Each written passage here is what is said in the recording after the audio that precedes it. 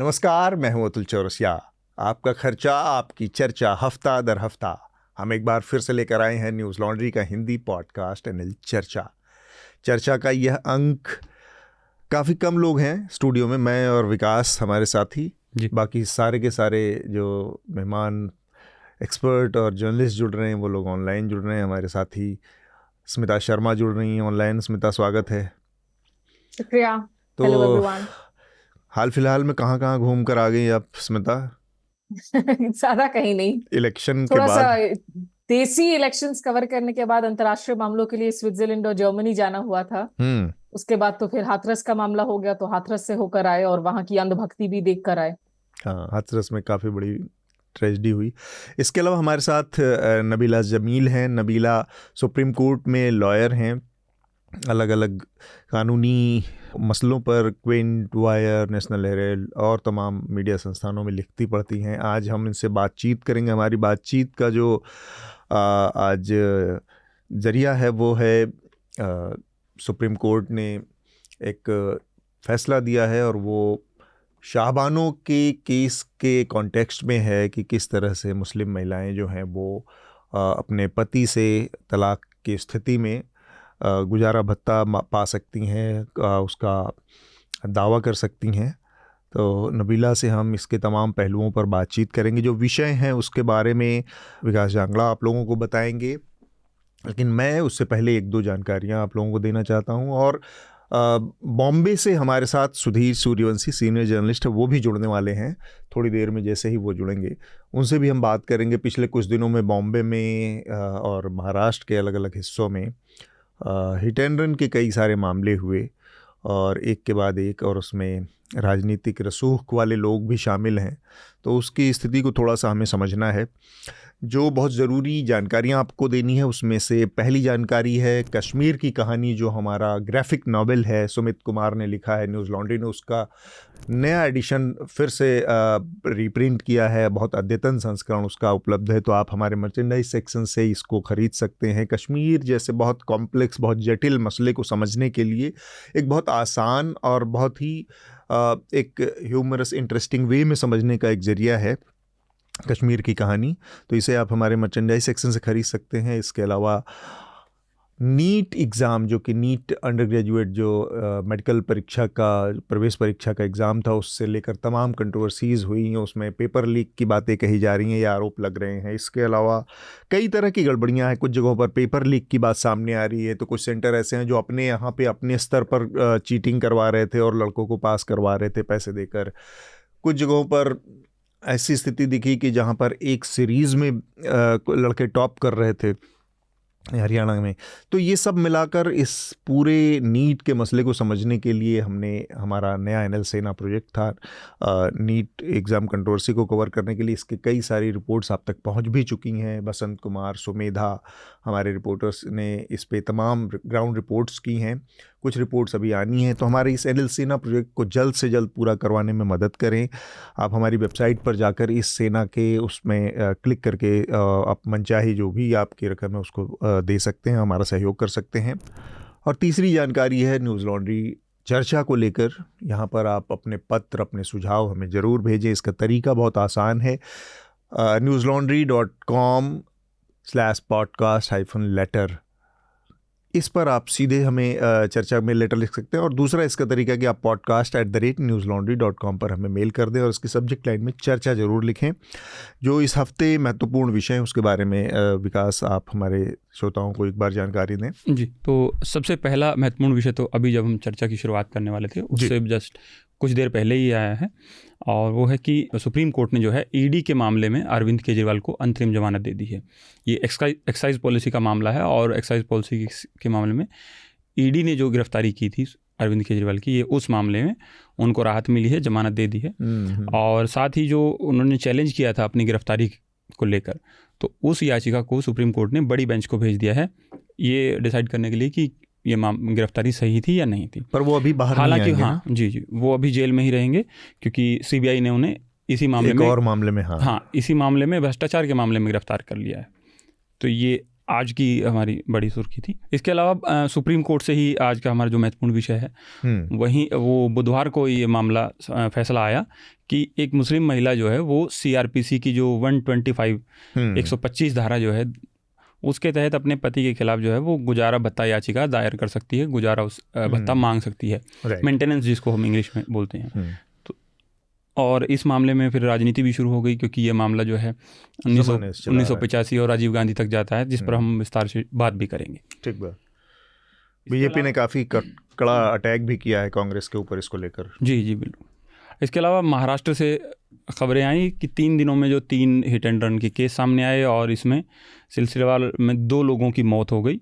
साथ ही जो एक पुराना हिट एंड रन का मामला है BMW का, जिसमें आरोपी मिहिर शाह जो है बनाए गए थे, उन्होंने 7 जुलाई को वर्ली इलाके में कावेरी नखवा को जो है टक्कर मार दी थी और उनके पति जो उनके साथ थे प्रदीप नखवा, उनको घायल कर दिया था। उन्हें मुंबई पुलिस ने 9 जुलाई को थाने से गिरफ्तार कर लिया।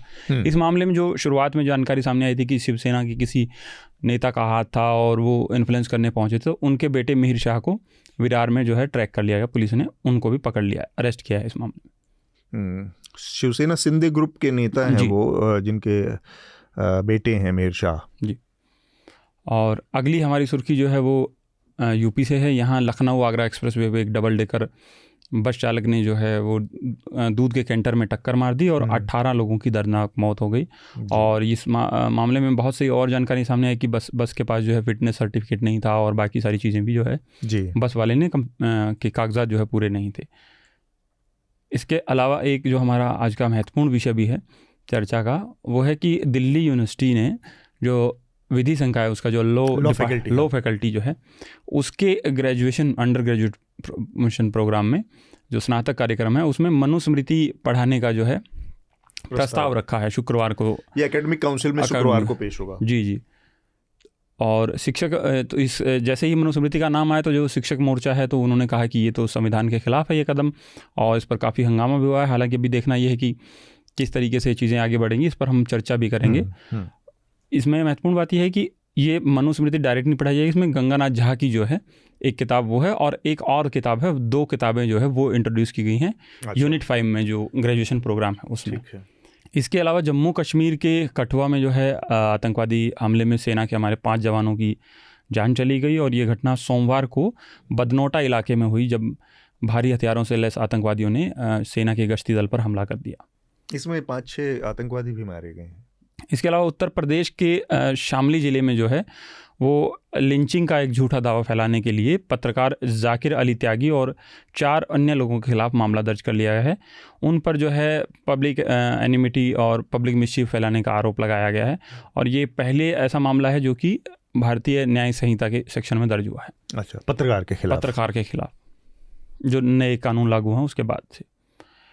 वहीं ब्रिटेन में जो है आम चुनाव में लेबर पार्टी को जो है भारी जीत मिली है। उसके बाद कीर स्टारमर जो है ब्रिटेन के नए प्रधानमंत्री बन गए हैं और कंजर्वेटिव पार्टी के नेता पूर्व प्रधानमंत्री ऋषि सुनक ने जो है हार की जिम्मेदारी स्वीकार की और उन्होंने संक्षिप्त बयान में अपने सहयोगियों से माफ़ी मांगी और ये लंबे समय बाद जो है ये ऑलमोस्ट 3 टर्म के बाद जो है ये कंजर्वेटिव बाहर हुई है सत्ता से जी। और इसके अलावा फ्रांस में भी जो है चुनाव हुए, वहाँ किसी एक पार्टी को बहुमत नहीं मिला और वामपंथी गठबंधन ने ज़्यादातर सीटें जीत ली हैं और दक्षिणपंथी पार्टी की बढ़त रुक गई है। फिलहाल जो है नई सरकार का गठन होना बाकी है। अगली खबर हमारी गाज़ा से है। गाज़ा में जो है लॉन्सेट ने एक अध्ययन किया है और उन्होंने कहा है कि फ़िलिस्तीन और इजराइल के बीच जो संघर्ष हुआ है उसमें मरने वालों की संख्या जो है 1,86,000 मतलब करीब 2.25 लाख तक जा सकती है। काफ़ी जो बड़ा नंबर है जी। वहीं हमारे भारत के प्रधानमंत्री नरेंद्र मोदी 8 जुलाई को उन्होंने रूस के राष्ट्रपति व्लादिमीर पुतिन के साथ मुलाकात की और 22वें भारत रूस वार्षिक शिखर सम्मेलन का आयोजन करने के लिए एक महत्वपूर्ण यात्रा भी की। ये शिखर सम्मेलन मॉस्को द्वारा यूक्रेन पर आक्रमण शुरू करने के बाद जो है उनकी पहली यात्रा थी ये भारत के प्रधानमंत्री की। ठीक बात जी। मैं ये जानना चाहता आखिर में जो ये विषय था अंतर्राष्ट्रीय मामलों का, स्मिता आप चूँकि अंतर्राष्ट्रीय मामलों में विशेष कवरेज और ये रखती हैं, तो एक ब्रिटेन में तो जो नतीजा है उस पर हमने पिछले हफ्ते काफ़ी विस्तार से बात की। फ्रांस के नतीजों को लेकर थोड़ा सा मैं जानना चाह रहा हूँ कि जिस तरह से शुरुआत में एग्जिट पोल और प्री पोल के नतीजे रुझान बताए जा रहे थे कि जो राइट विंग पार्टी है, अल्ट्रा राइट विंग है, उसको एक बढ़त मिल रही है, वो जीतती दिख रही है, फिर नतीजे में अगर देखा जाए तो किसी एक पार्टी को भले बहुमत नहीं मिला, लेकिन लिबरल डेमोक्रेट्स और लेफ्ट डेमोक्रेट्स इन लोगों का नंबर्स काफ़ी ज़्यादा है कंजर्वेटिव पार्टी के मुकाबले, जो वहाँ की जो पार्टी है। तो इस बदलाव को, इस अंतर को कैसे आप देख रही हैं यूरोप की और भारत के नज़रिए से?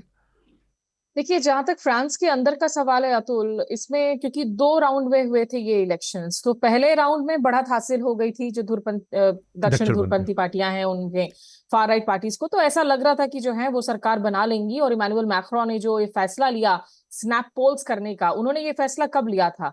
जब कुछ हफ्तों पहले यूरोपियन पार्लियामेंट में चुनाव हुए थे और उसमें फार राइट पार्टीज को काफी सिग्निफिकेंट गेन्स हासिल हुई थी। हालांकि वो वहां पे भी नियंत्रण काबू पाने में वो सक्षम नहीं हो पाए थे। वहां पे भी अभी जो है करंट गवर्नमेंट ही वहां पे सरकार बनाई हुई है, कंट्रोल में है उस यूरोपियन पार्लियामेंट में।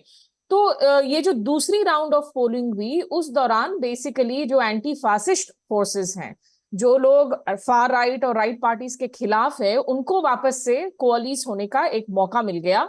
उनको चांस मिला कि वो वापस से हिट बैक कर सके।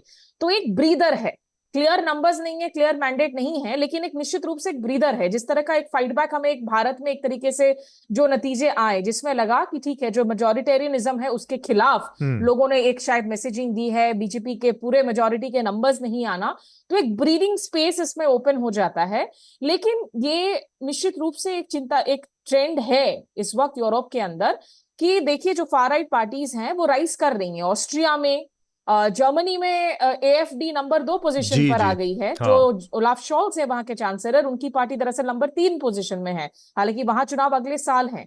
तो ये राइट पार्टियों की ग्रोथ हो रही है। और जब इन पार्टियों की ग्रोथ होती है तो देखिए आमतौर पर 2-3 चीजें हैं जिस पर सबसे ज्यादा इनका असर पड़ता है। सबसे पहले इमिग्रेशन का मुद्दा, क्योंकि वो एक तरीके से वो डॉग विस्लिंग मुद्दा होता है। जितने भी राइट विंग पार्टियां होती हैं वो कहती हैं कि भाई हम इमिग्रेंट्स को अलाउ नहीं करेंगे, और वो सिर्फ इलीगल इमिग्रेंट्स की बात नहीं करते हैं, वो ये भी कहते हैं कि जो लोग दूसरे देशों से आकर आपकी नौकरियां ले रहे हैं। और जब वो इस तरह के नैरेटिव्स को बिल्ड करते हैं तो उसमें फिर कहीं रेसिज्म देखने को मिलता है, नस्लवादी टिप्पणियां देखने को मिलती हैं।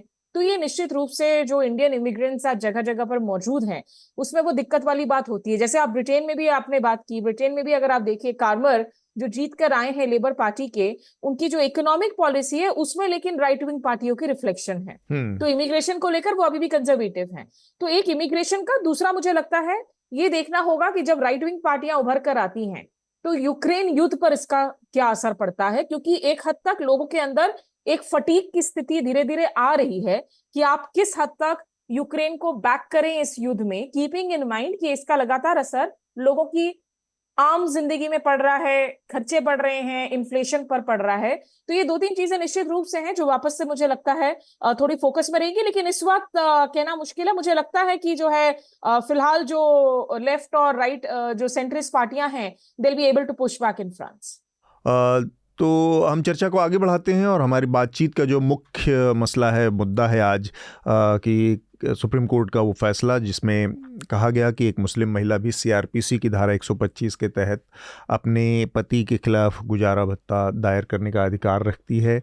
तो इसके 2-3 पहलू एक तो मुझे समझ में आते हैं कि आप याचिका दायर कर सकती हैं एक, और दूसरा एक, मैं वर्डिंग्स में जा रहा हूँ, और दूसरा एक ये होता है कि भाई वो अधिकार रखती हैं, उनको अधिकार मिलना चाहिए। तो क्या ये दोनों बातों में कुछ अंतर है, कुछ इसमें कानूनी बारीकियां हैं? एक तो ये समझने की कोशिश करूँगा। दूसरा बहुत लंबा इतिहास है, जैसा कि हेडलाइंस पढ़ते समय विकास ने कहा कि इसके जड़ें 1985 तक जाती हैं, जब राजीव गांधी सरकार ने पहले शाहबानों के मामले में इस तरह का एक कानून पार्लियामेंट में बनाया और सुप्रीम कोर्ट के फैसले को पलट दिया गया, ये कहते हुए कि वो पर्सनल लॉ का हिस्सा है और उसको में सरकार का कोई वो दखल नहीं, या कानून का कोई दखल नहीं होना चाहिए। और फिर वहाँ से वो एक गलती कहें, जो भी कहें, और उस एक गलती, उस एक गड़बड़ी से एक event of sequence of event निर्मित हुआ, जिसमें मजबूरी में हम देखते हैं कि राजीव गांधी जाते हैं और बाबरी मस्जिद, जो राम जन्मभूमि का जो विवादित स्थल था, वहाँ पर शिलान्यास करते हैं मंदिर के लिए। कांग्रेस पार्टी के लिहाज से वो एक बहुत ही ऐसा घटनाक्रम जिसको वो खुद नहीं याद करना चाहती, और फिर वहाँ से उस पूरे मोमेंटम को, उस पूरे मुद्दे को भारतीय जनता पार्टी पकड़ती है। और आज हमें पता है कि देश की राजनीति जहाँ खड़ी है, देश में भारतीय जनता पार्टी जहाँ पर खड़ी है, जिस तरह की सरकार है, उसमें उस इवेंट की कितनी भूमिका है, किस तरह से एक गलत कदम और फिर एक दरवाज़ा पूरा खुल जाता है। वो घटना है जहाँ पर कि हम बाबरी मस्जिद में के पास जो राजीव गांधी का शिलान्यास का कार्यक्रम था, ये दोनों चीज़ें हमारे सामने हैं आज, जब हम करीब 35 साल बाद इस घटना के ऊपर 35 साल बाद देख रहे हैं। नबीला, मैं आपसे जानना चाह रहा हूँ कि इस मसले को देखने का क्या तरीका है? सुप्रीम कोर्ट ने क्या बहुत देर कर दी, या फिर ये गैर ज़रूरी कोई निर्णय है, इसमें कोई फ़र्क नहीं पड़ने वाला है, या आपको भी लगता है कि गैर ज़रूरी हस्तक्षेप है और जैसे चीज़ें चल रही थी उसे चलनी चाहिए? पहली तो बहुत शुक्रिया मुझे बुलाने के लिए। सुप्रीम कोर्ट ने देर नहीं करी, सुप्रीम कोर्ट ने कुछ नया भी नहीं करा। जिस तरह से रिपोर्टिंग हो रही है वो ऐसे हो रही है कि सुप्रीम कोर्ट ने राइट्स क्रिएट करी हैं। और जो आपने सवाल भी पूछा कि एक चीज होती है कि राइट है औरतों को लेने का, और एक चीज होती है कि वो ले सकती हैं। तो ये जो पोजीशन थी ये बहुत पहले से थी, ये पोजीशन बहुत एप्लीकेबल थी। ऐसा नहीं था कि सिर्फ स्टैच्यूट पे थी। जैसे कुछ लॉज ऐसे होते हैं कि स्टैच्यूट पे होते हैं, वो प्रोसीजरली इतने डिफिकल्ट होते हैं कि वो एप्लीकेबल नहीं रह जाते हैं। पर this was a provision that was used by Muslim women. अब एक चीज ये है कि हम शाहबानों से इसे कनेक्ट करते हैं और सही कनेक्ट करते हैं, कहीं ना कहीं हिस्ट्री शाहबानों तक ले जाती है। पर शाहबानों में और ये जो अभी की पोजीशन है, इसमें एक बहुत बड़ा डिफरेंस ये है कि शाहबानों से पहले से ये मसला शुरू हुआ। सीआरपीसी जो है वो बहुत पुरानी लॉ, अंग्रेजों के जमाने की है। सीआरपीसी बाद में भी चलती रही, जिसमें एक प्रोविजन है सेक्शन 125 सीआरपीसी का, जिसमें यह है कि सिर्फ औरतें नहीं, सिर्फ बीवियां नहीं, बच्चे भी और पेरेंट्स भी अपना जो मेंटेनेंस है वो ले सकते हैं। तो एक प्रोविजन है इंटरिम मेंटेनेंस की। अब ये जो प्रोविजन थी वो थी, और मुसलमानों में एक अलग तसव्वुर है इस्लामिक लॉ में मेंटेनेंस का। तो दैट्स अ थियोलॉजिकल क्वेश्चन। ये हमेशा से फ्रिक्शन रहा है। तो 1920 में सुप्रीम कोर्ट में एक जजमेंट आया था फजलुन बी करके, जहां पर 3 जजेस की बेंच थी, और जस्टिस कृष्णा अय्यर ने वो जजमेंट लिखा था। जब जस्टिस कृष्णा अय्यर ने ये बात बोल दी थी कि 125 में मुसलमान औरतों को राइट है कि वो जाके मेंटेनेंस ले सकती हैं, और this position was settled. Shah Bano में जब ये मैटर आया तो 3 जजेस का, क्योंकि जजमेंट फजलुन भी आ चुका था, शाहबानो 5 जजेस का जजमेंट था, कॉन्स्टिट्यूशनल बेंच था। ये इशू दोबारा से आया, जिसमें ये इशू था कि एक मुसलमान औरत थी जिसने 125 सीआरपीसी में मेंटेनेंस मांगा था, और सुप्रीम कोर्ट के सामने ये मसला आया कि क्या मुसलमान औरत इद्दत के बाद भी, जो कि एक 3 महीना या 4 महीने का पीरियड होता है जी, उसके बाद भी क्या वो मेंटेनेंस मांग सकती है सीआरपीसी में, जो कि एक जनरल क्रिमिनल लॉ है। सुप्रीम कोर्ट ने कहा मांग सकती है। डिफरेंस ये है कि जब सुप्रीम कोर्ट ने शाहबानो को जजमेंट दिया तो 1986 का एक्ट एग्जिस्ट नहीं करता था। तो they were not talking about rights vis-a-vis some other act, तो एक ही एक्ट की बात हो रही थी। अब जाहिर 1986 का एक्ट आया, Muslim women protection of rights such and such act. तो जब 1986 का एक्ट आया, उसमें एक फ्रेमवर्क दिया गया एज पर इस्लामिक लॉ कि कैसे मेंटेनेंस ले सकते हैं, जिसमें सेक्शन 3 में मेंटेनेंस की बात करी गई है, क्योंकि मुस्लिम लॉ में एक मेहर का भी एक है निजाम, जिसमें आप मेहर ले सकते हैं अपने हस्बैंड से। ले नहीं सकते हैं, बल्कि it's like incumbent upon him, ये ड्यूटी है कि देना होगा। तो मेहर की बात हुई, मेंटेनेंस की बात हुई, और जैसे हिंदू लॉ में स्त्री धन है, वैसे मुस्लिम लॉ में भी है पैरेलल एक प्रोविजन, उसकी बात हुई। तो जब 1986 का एक्ट आया तो उसके बाद एक प्रॉब्लम यहां से शुरू हुई कि 1986 प्रिवेल करेगा कि 125 प्रिवेल करेगा। वहां से ये प्रॉब्लम शुरू हुई, और जजमेंट आते रहे, हाई कोर्ट्स अलग अलग ओपिनियंस देती रही। 2001 में दानिया लतीफी वाले केस में 1986 का जो एक्ट था वो चैलेंज किया गया।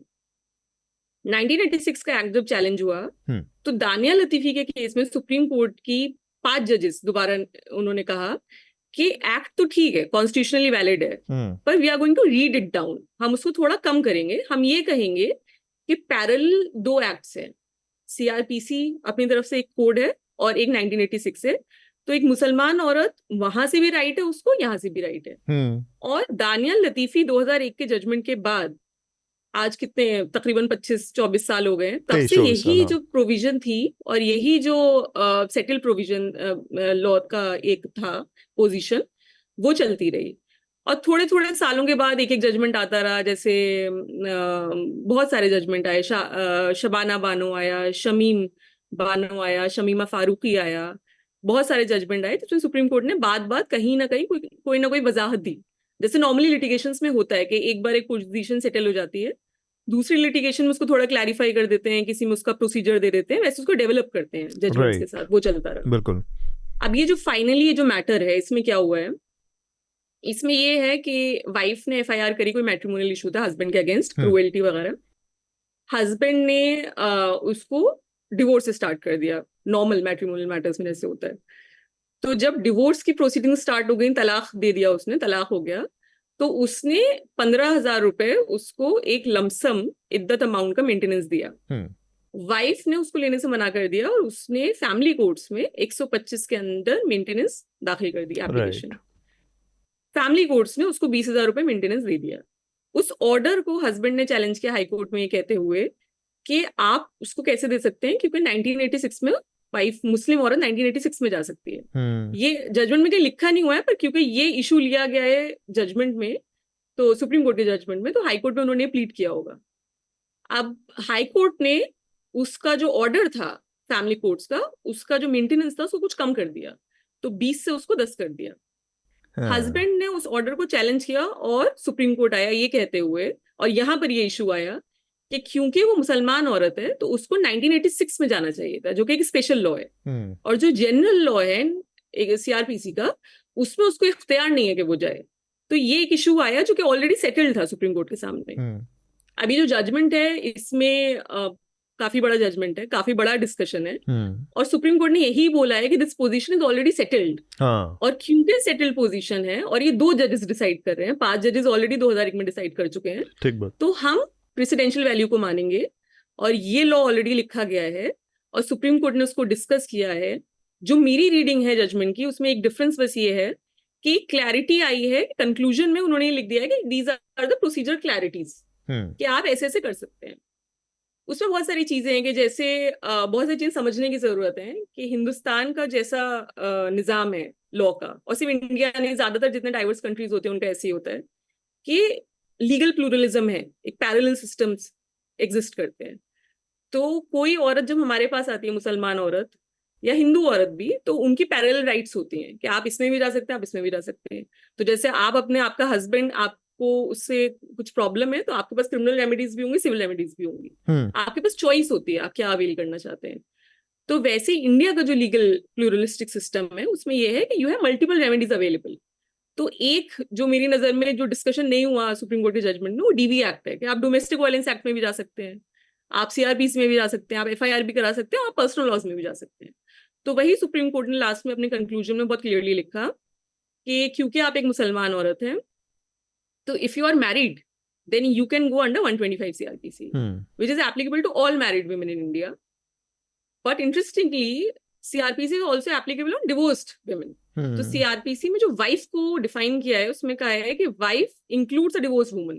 तो अगर आपका तलाक हो गया तब भी आप वाइफ हैं एक्ट की नजर में, तो आप सीआरपीसी में भी जा सकते हैं, आप 1986 में भी जा सकती हैं, और अगर आप डिवोर्स हो गया है आपका, और अगर आप चाहें तो आपके पास कोई और पर्सनल लॉ में रेमेडी, आप उसमें भी जा सकती हैं। मेरी नजर में के लिए आप जा सकते हैं, भले आप डिवोर्स्ड हैं।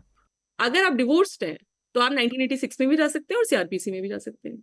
अब इसके पीछे एक अंडरस्टैंडिंग है, if you have time I can explain. हाँ प्लीज। कि if it's a Muslim woman, because it goes back to the agency of a Muslim woman, कि उसकी एजेंसी है कि वो कहाँ जाना चाहती है। तो डिपेंड करता है, मैंने ऐसी मुसलमान औरतें देखी हैं जो प्रैक्टिसिंग होती हैं, मजहब को मानती हैं, तो उनके लिए बड़ी मुश्किल होती है कि हम 125 में जाएं कि 1986 में जाएं, और वो लोग हमसे कहते हैं कि हम 1986 में जाना चाहते हैं, क्योंकि उनको लगता है कि 1986 इज मोर रिलीजियसली कंप्लाइंट, और वो 125 में नहीं जाना चाहती हैं। कुछ औरतें ऐसी होती हैं जो कहते हैं हम 125 में जाएंगे, उनको 125 पे ज्यादा यकीन है। तो वकीलों का या अदालतों का ये काम होता है कि वो ये राइट औरत पे छोड़ दे कि वो किसको सही समझती है, किस तरफ जाना चाहती है। हाँ. तो सुप्रीम कोर्ट ने जो आज बोला है, मेरी नजर में वो एक क्लैरिफिकेटरी जजमेंट है। तो एक क्लैरिफिकेशन है जो आया है। शाह बानो से हम लोग उसको कनेक्ट कर रहे हैं क्योंकि हिस्ट्री में वहां से आती है कहीं ना कहीं। जी. बट शाह बानो में एक डिफरेंस था वहां पर। ठीक बात। इसमें एक चीज़ मैं जोड़ना चाह रहा था बस, इसके बाद स्मिता और हमारे साथ सुधीर सूर्यवंशी भी जुड़ गए हैं। सुधीर, बहुत बहुत स्वागत है आपका चर्चा में। एक चीज़ और नबीला बस मैं जोड़ना चाह रहा हूँ कि जैसे ये जो चीज़ें हैं एक पॉलिटिकल रेस में शामिल होकर कुछ चीज़ें कही गई या पॉलिटिकल कंपल्सन के तहत की गई, जिसकी वजह से ये सारी कन्फ्यूज़न एक समय पे शुरू हुई, जो कि 1986 का लॉ है। अब सुप्रीम कोर्ट उसको किसी तरह से रेक्टिफाई करने की कोशिश कर रहा है कि ताकि किसी तरह का कन्फ्यूज़न ना रहे। बेटर नहीं होता हो कि क्योंकि सुप्रीम कोर्ट को फिर भी उस लॉ को इंटरप्रेट करने का अधिकार है, तो वो अब लंबा वक्फा गुजर गया और कई सारे उसके फैसले इस दिशा में जाते देख भी रहे हैं कि वो इसमें जो भी इससे पैदा हुई एनॉमलीज़ हैं और जो मुस्लिम वुमेन के हक के ख़िलाफ़ जा सकती हैं या मिस इंटरप्रेट हो सकती हैं, इन चीज़ों को बहुत क्लियर उस टर्म में डिफ़ाइन करके और ख़त्म करे कि 1986 जो भी है उसके तहत उसमें या फिर इसमें एक ही कोई अप्लाई होगा और उसमें ये चीज़ें एक मुस्लिम महिला को मिलनी चाहिए, वो उसके राइट्स हैं। ये स्पष्टीकरण एकदम साफ गोई से आ जाए ताकि इस तरह का कन्फ्यूज़न, क्योंकि केस बाय केस हम देखते हैं बार बार ये चीज़ें आती रहती हैं। आप ही ने उदाहरण दिया कि बीच बीच में शमीमा बानो का केस आया, फिर अलग अलग केसेस आते हैं। तो वो क्योंकि लॉ में जो ये गफलत होती है ना, जो कन्फ्यूज़न होती है, कई सारे लेयर्स होते हैं, आम आदमी के लिए एक तो ऐसे ही बहुत दूर है वो पहुँचना उस तक, उसको एंटरटेन कर पाना, उस कानून उससे न्याय पा पाना बड़ा दूर का काम होता है। और उसमें भी अगर इस तरह की लेयर हों और कई तरह के ऑप्शन हो तो उसके लिए बड़ी दिक्कत हो। तो ये क्लैरिटी स्थापित करना भी सुप्रीम कोर्ट का एक काम नहीं होना चाहिए कि एक इस दिशा में प्रयास हो?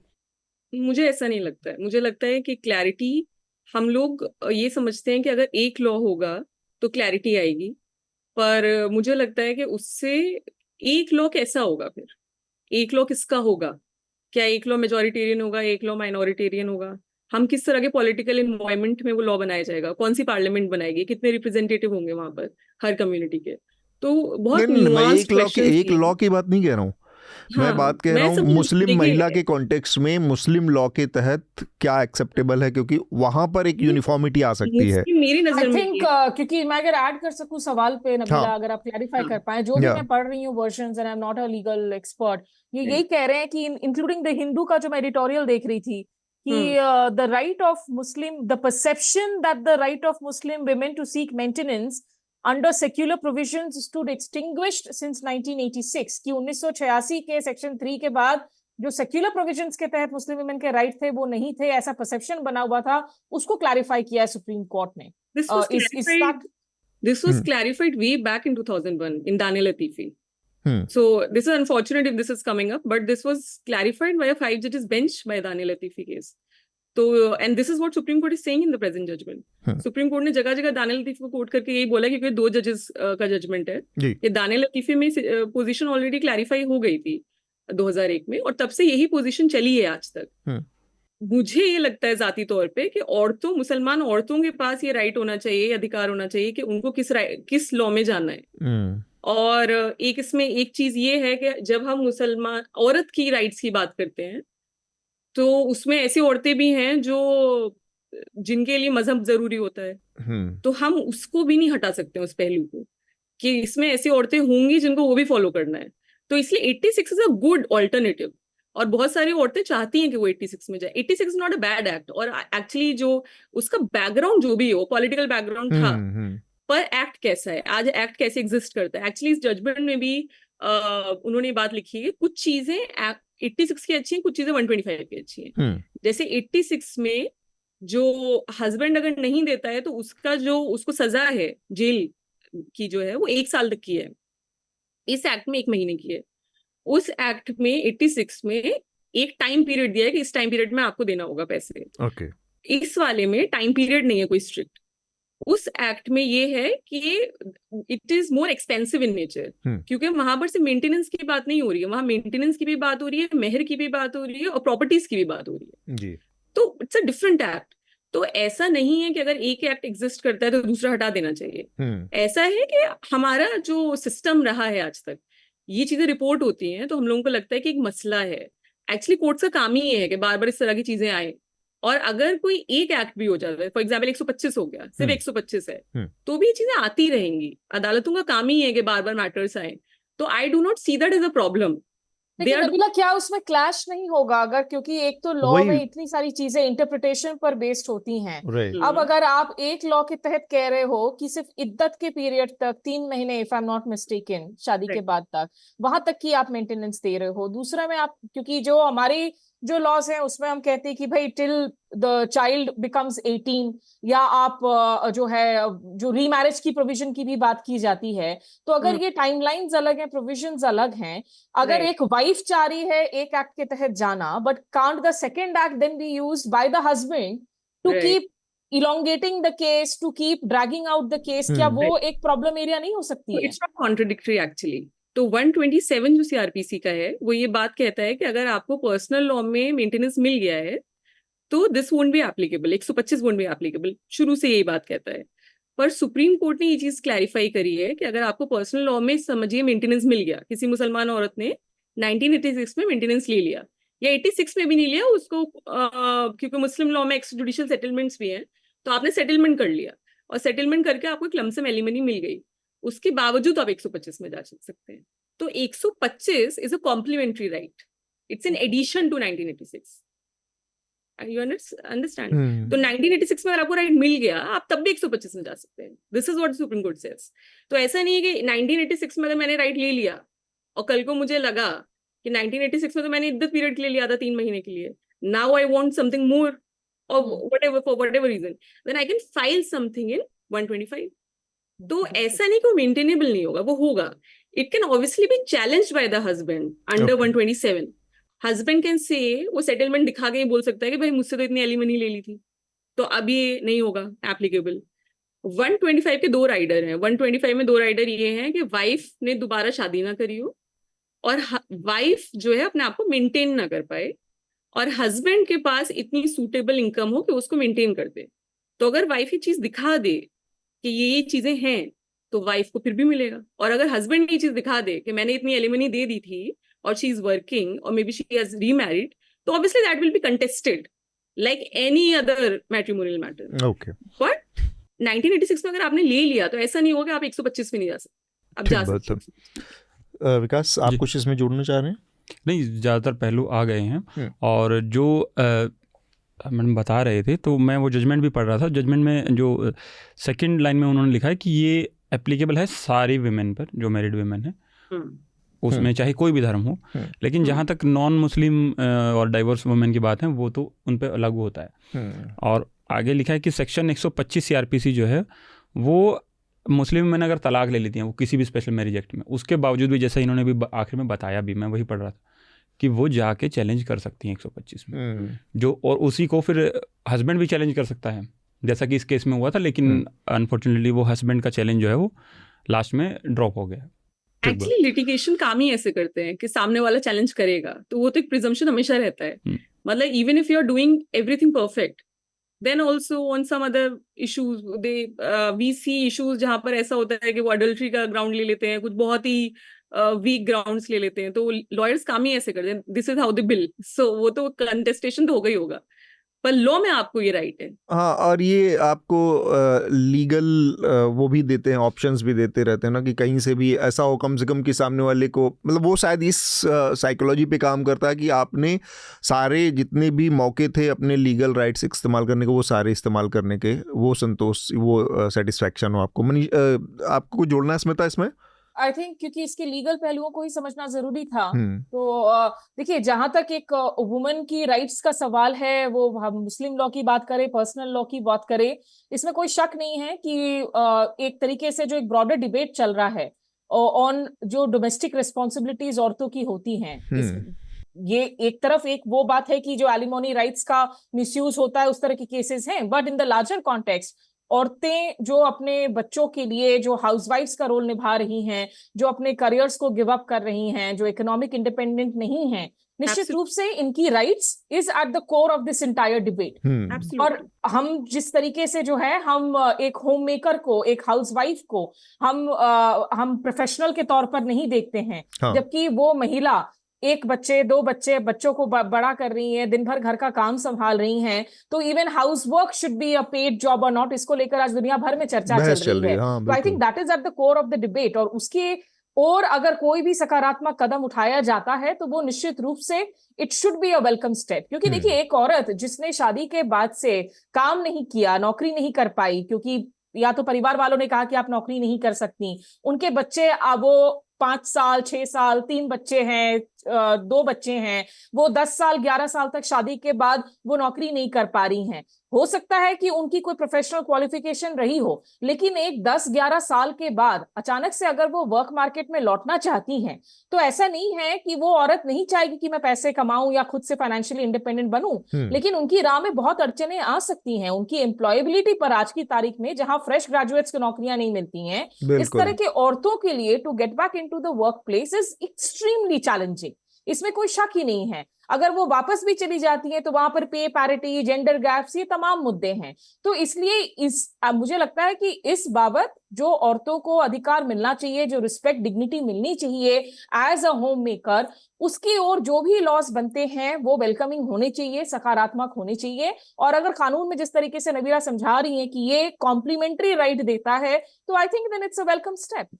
And I will just add one point कि 1986 के एक्ट अगर हम कह दें कि उसको हटा दिया जाए, क्योंकि मुझे याद है मैं लॉ स्कूल में थी और हम लोग डिस्कशन करते थे मुस्लिम लॉ पे, और बड़ा इस पे फ्रिक्शन होता था कि Shahbano, people used to read Shahbano, women used to have strong opinions. तो बट 1986 एक्ट की एक चीज ये है कि वहां पर मेहर को एक्नॉलेज किया है। अगर हम 1986 को हटा दें तो this is a very special right of Muslim women, it's not found in other communities. तो फिर आप 125 में जब आप आएंगे तो आपको जो मेहर मिलेगा वो भी मेंटेनेंस माना जाएगा, हालांकि मेहर इज कॉम्प्लीमेंट्री टू मेंटेनेंस। तो वो प्रॉब्लम एक अराइज होगी कि अब 1986 ये कहता है कि आपको मेहर तो मिलना ही मिलना है। इंडिया में अनफॉर्चुनेटली, इंडिया में क्या सिर्फ अपने पूरे सब कॉन्टिनेंट में अनफॉर्चुनेटली, कि मेहर की राइट बहुत बार औरतों को नहीं दी जाती है। कि बहुत बार ऐसा होता है कि बहुत मीगर मेहर होता है या मेहर माफ करा लिया जाता है।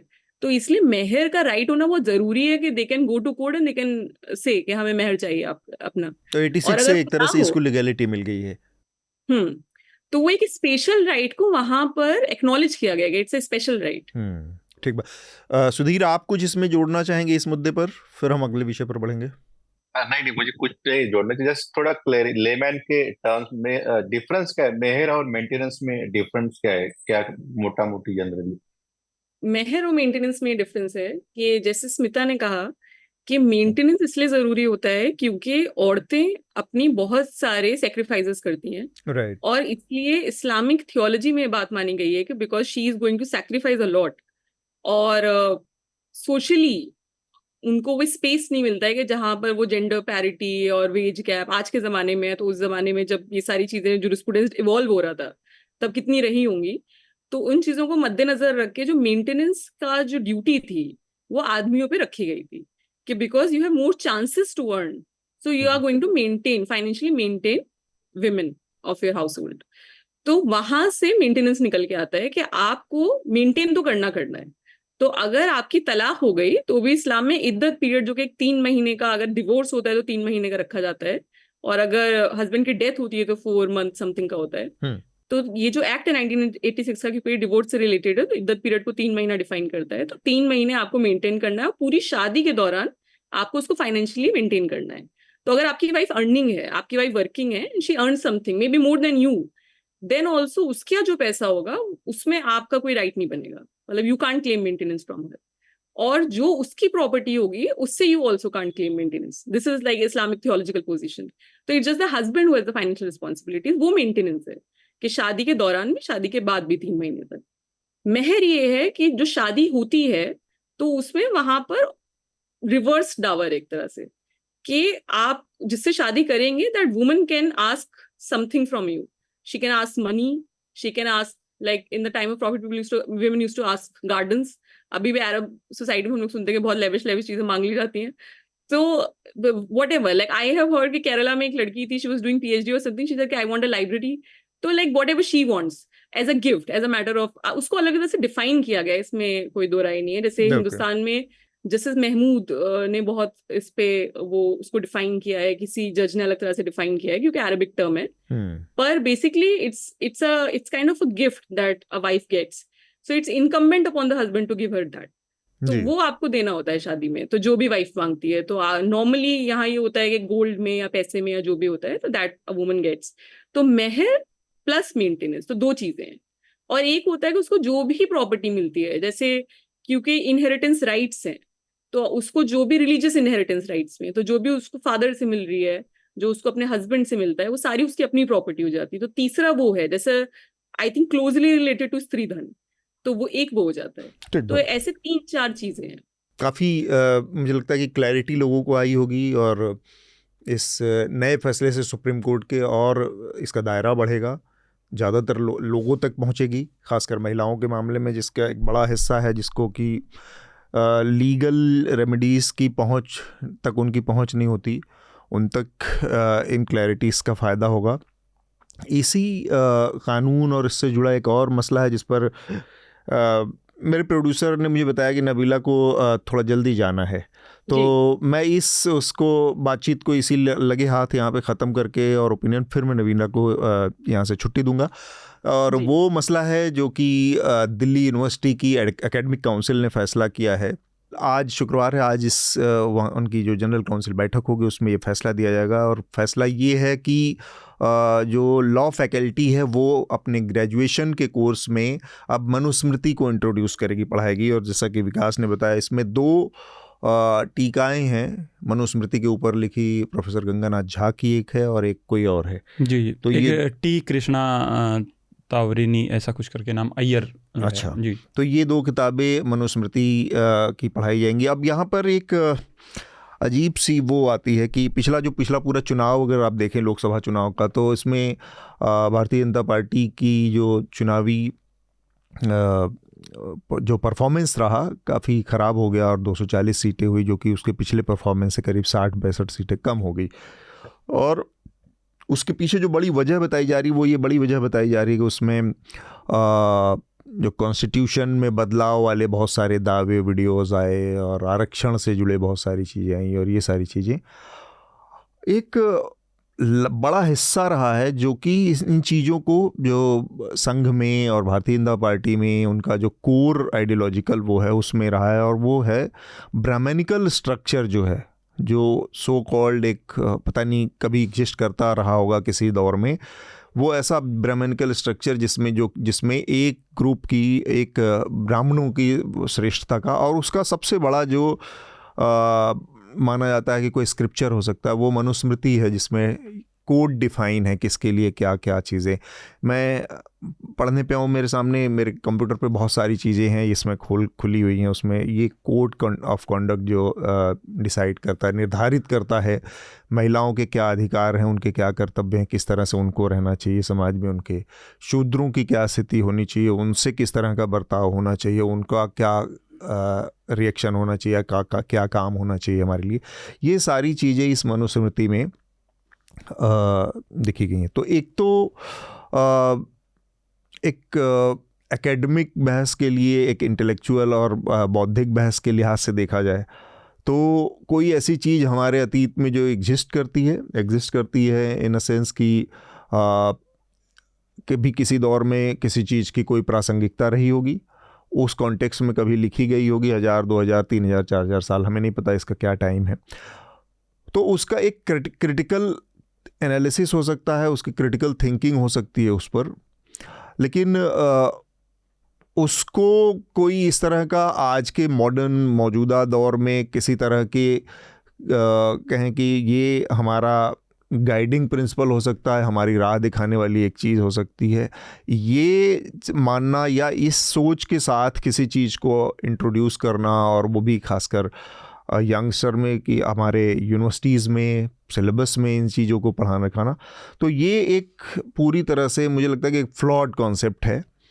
इस पर मैं थोड़ा सा जानना चाहूँगा आप सब लोगों की राय। सबसे पहले स्मिता, अगर आप इसमें कुछ जोड़ना चाहें, और फिर नबीला से इसके कानूनी पहलू पर समझेंगे, और सुधीर से भी। देखिए, आई थिंक इसमें at the core of the debate ये है कि अब जो जिन लोगों ने इसको प्रपोज किया है, और ये कहा जा रहा है कि ऑलरेडी सिलेबस में रिफ्लेक्ट हो रहा है ऑनलाइन, एक दिन पहले से ही कुछ बातें आ रही थी कि शायद इस पर पहले एडवाइजरी कमेटी होगी और उसके बाद इसको इंक्लूड किया जाएगा या नहीं, बट स्टूडेंट्स आर सेइंग कि already has become a part of the proposed course और भी रिफ्लेक्ट हो रहा है ऑनलाइन।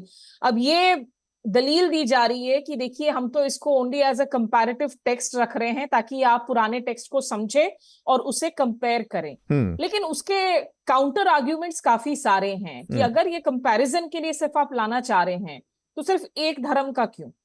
फिर आप दूसरे धर्मों से भी आप कंट्रोवर्शियल टेक्स्ट को आप लेकर आए, विवादित टेक्स्ट को लेकर आए, whether it's Muslims, whether it's Jains, whether it's Buddhist, ये संदेशा किया जाएगा। दूसरी बात है, आज की तारीख में अभी भी एक जहां बड़ा तबका कास्ट डिनायलिज्म में जीता है, वहीं इस देश का बहुत ही जो कड़वा सच है और जो डरावनी हकीकत है हमारे आज के IITs में अभी भी हर दूसरे दिन हमें कास्टिज्म के केसेस मिलते हैं। स्टूडेंट्स सुसाइड करने के लिए मजबूर हो जाते हैं, और ये सब उत्तर भारत या दक्षिण भारत नहीं है, ये पैन इंडिया की हम बातें कर रहे हैं। वहां पर अगर आप वापस से एक टेक्स्ट जो इतनी रिजिड है हर तरीके से, जिसमें आप कास्ट की भी बात करते हैं, आप जेंडर इनइक्वालिटी की बात करते हैं, आप जो परिवार का मुखिया है वो मेल है, वो करता है, आप इस थियरी को प्रोपगेट करते हैं, तो काफी सारी चीजें हैं जिसको पढ़ना हो। ऐसा तो नहीं है कि ये अवेलेबल नहीं है, वो आप इसको पढ़ सकते हैं, लेकिन एकेडमिक रूप से मुझे लगता है कि अगर आप इसको इंट्रोड्यूस कर रहे हैं तो ये एक डिस्पैरिटी का मैसेज जाता है, ये एक डिस्कम्फर्ट का मैसेज जाता है, क्योंकि ऐसे कई स्टूडेंट्स, छात्र होंगे, टीचर्स होंगे जो शायद डर के मारे अपनी आवाज ना उठा सके, इसका विरोध ना कर सके आज की तारीख में। लेकिन कहीं ना कहीं इससे खतरे और बढ़ेंगे कि इन आइडियाज के जब डिस्कोर्स को स्टूडेंट्स कैंपस में आगे बढ़ाएंगे, क्या इससे, देखिए जो हमारी कोर्सेज होती हैं इवॉल्व होती हैं, हम प्रोग्रेस करते हैं वक्त के साथ में। मैं ये नहीं कह रही हूं कि हमें इतिहास को नहीं पढ़ना चाहिए, इतिहास को नहीं समझना चाहिए। चीन में ये एक बड़ा विवाद है कि चेयरमैन माओ की जो बहुत सारी गलतियां हुई, हिस्टोरिक ब्लंडर्स हुई, जिसमें इतने चाइनीज सिटीजन्स की जाने गई, क्या उसको आप पढ़े या पूरी तरीके से you brush it under the carpet? History आप पढ़े, लेकिन जो एकेडमिक टेक्स्ट जो इतनी रिगरस हैं, क्या जरूरी है उनको as part of the course introduce करना, इवन अगर आपका मकसद हो कि आप इसको कंपैरिजन कर रहे हैं?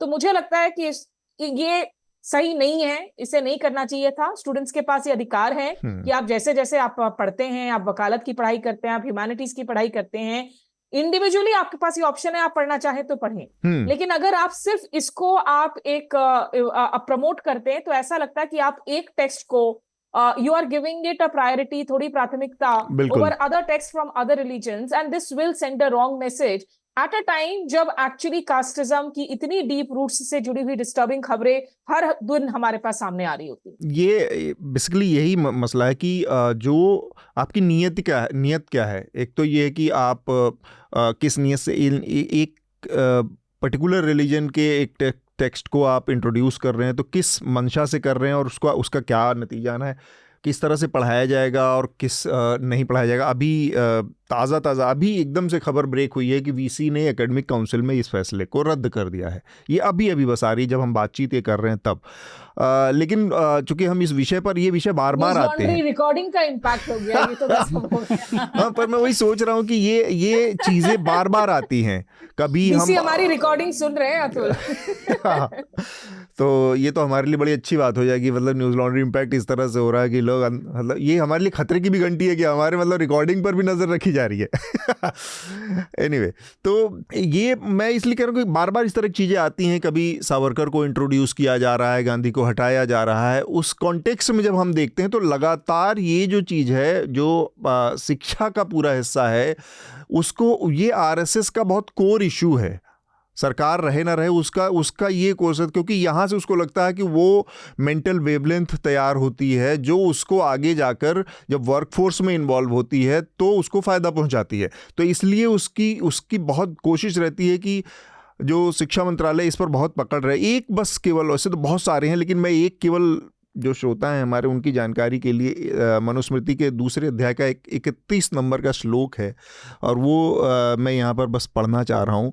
और ऐसे तो इससे बहुत ज़्यादा, बहुत कड़वे और बहुत ही ज़्यादा, मतलब जिनको आप कहें कि सिविल सोसाइटी में इन चीज़ों के लिए कोई स्थान नहीं होना चाहिए, ऐसे ऐसे इसमें श्लोक हैं। लेकिन एक है इसमें, मंगलस्य ब्राह्मणस्य स्यात् क्षत्रियस्य बलान्वितम वैश्यम धन संयुक्ते शूद्रस्य तु जुगुप्पितम। इसका मतलब ये है कि अब नाम कैसे रखे जाने चाहिए वर्णों में, उसको ये डिफाइन करता है, ये कोड है ये श्लोक में कि नाम किसके, ब्राह्मण का जो नाम है वो मंगलमय होना चाहिए, क्षत्रिय के नाम में शक्ति और ताकत का वो होना चाहिए, वैश्य के नाम में धन और संपत्ति होनी चाहिए, शूद्र के नाम में निंदा होनी चाहिए। ये श्लोक नाम को कोडिफाई कर रहा है कि किस तरह से आपके नाम रखे जाएंगे। और ये हमने देखा है, घुरहु कतवारू टाइप नाम जो है कि कूड़े का नाम किसी दलित का ही हो सकता है, ये रखने की परंपरा, ये लोगों को बताया जाता है कि इसके अलावा तुम्हारे नाम नहीं हो सकते। ये चीज़ें खैर धीरे धीरे बदल रही हैं। मैं नबीला से चाहूँगा उनकी क्या राय है इस पूरे विषय पर, जब इस तरह की चीज़ें सामने आती हैं। आज भले ही ये दब गया हो, लेकिन एक प्रवृत्ति है, एक मेंटेलिटी है, वो बार बार आती रहती है। और एक बहुत बड़ी आबादी है हमारे एकेडमिक्स में, हमारी यूनिवर्सिटीज़ में, मैं बहुत गैर जिम्मेदारी से कह रहा हूँ, जिसके अंदर ये भाव बहुत भर भर कूट कूट कर भरा है, जो चाहता है कि मनुस्मृति जो, और ये मानता है कि मनुस्मृति कोई बहुत महान ग्रंथ है जिसको हमारा गाइडिंग प्रिंसिपल होना चाहिए, और वो उसको भारत के अपने संविधान के, हिंदू राष्ट्र के संविधान जैसे बकवास तमाम, उसके दिमाग में इस तरह के खुरपेच कूड़े भरे हुए हैं।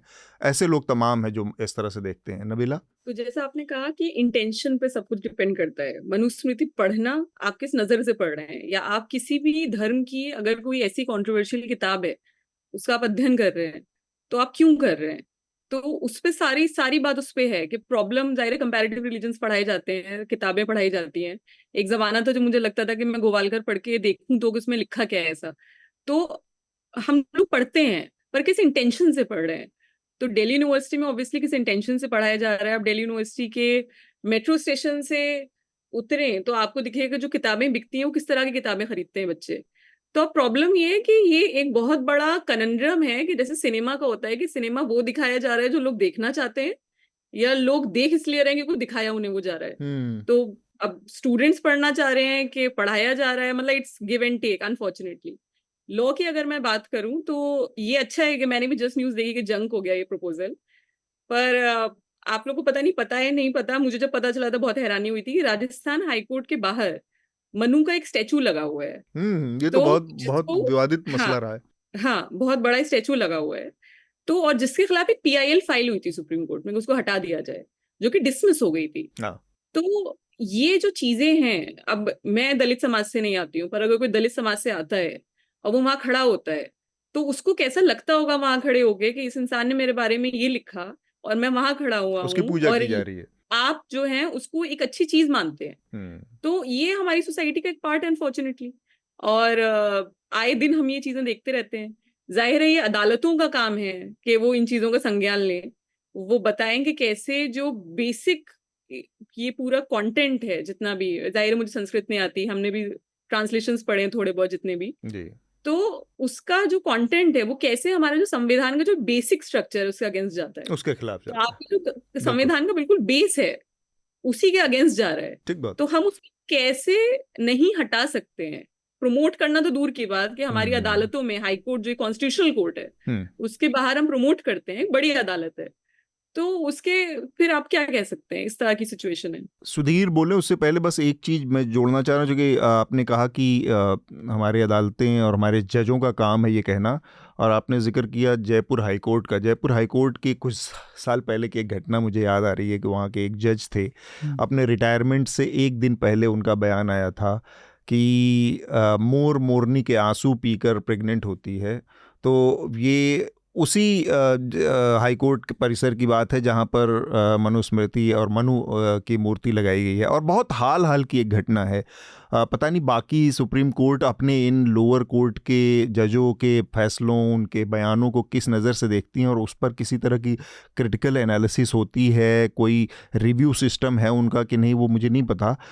इलाहाबाद हाई कोर्ट के एक जज का अभी बहुत हाल फिलहाल का एक बयान है कि अगर इसी तरह से धर्म परिवर्तन होता रहा तो एक दिन जो बहुसंख्यक समाज है वो अल्पसंख्यक समाज बन जाएगा और उसकी संख्या कम हो जाएगी। ये एक जज बैठा, सिटिंग जज बैठकर कह रहा है, और हमारे सामने इस बात के तमाम साइंटिफिक रिसर्च हैं, पेपर हैं, जनसंख्या से संबंधित तमाम दस्तावेज हैं जो बताते हैं कि जनसंख्या का ये जो पूरा खेल है वो एकदम दूसरी तरह से काम करता है, और जनसंख्या एक टाइम पर आकर स्टेबल हो जाएगी और होने वाली है।